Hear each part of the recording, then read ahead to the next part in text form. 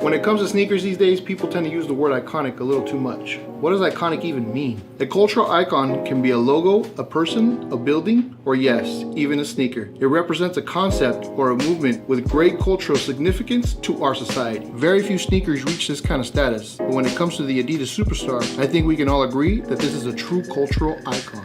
In 1960, Adidas' main focus was track and field sporting equipment. During the Olympics of 1960, which took place in Rome, Adidas was the dominant brand among athletes. 75% of contestants were wearing the three stripes. This was the lay of the land in 1964 when Adidas began developing basketball shoes. Horst Dassler, son of Adidas founder Adi Dassler, decided to focus his efforts on the American market. He consulted with Adidas US marketing advisor Chris Severin, who told Horst that basketball shoes hadn't changed since the early 1900s and that the industry was mostly dominated by canvas-based designs like Converse's All-Stars and Pro Keds' Royals. These type of shoes provided minimal support and caused a lot of players to injure their ankles and knees. Adidas worked closely with Severin to design a brand new concept for basketball shoes. A leather shell sole design which provided an amazing herringbone sole to grip the court, improved stability, and was 30% lighter than other shoes. The final edition, which would become the shoe's defining feature, was the shell toe. The shoe was released in 1964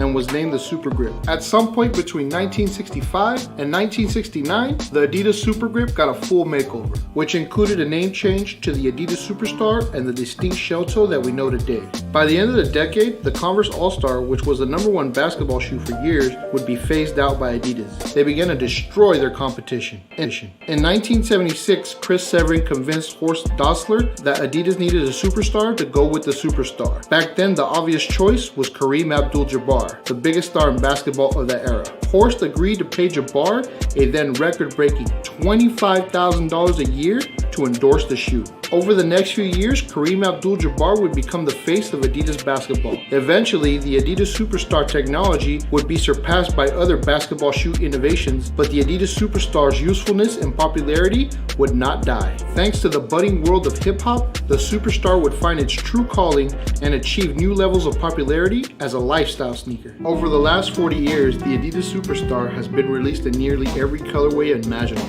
and there has been countless collaborations with artists and designers.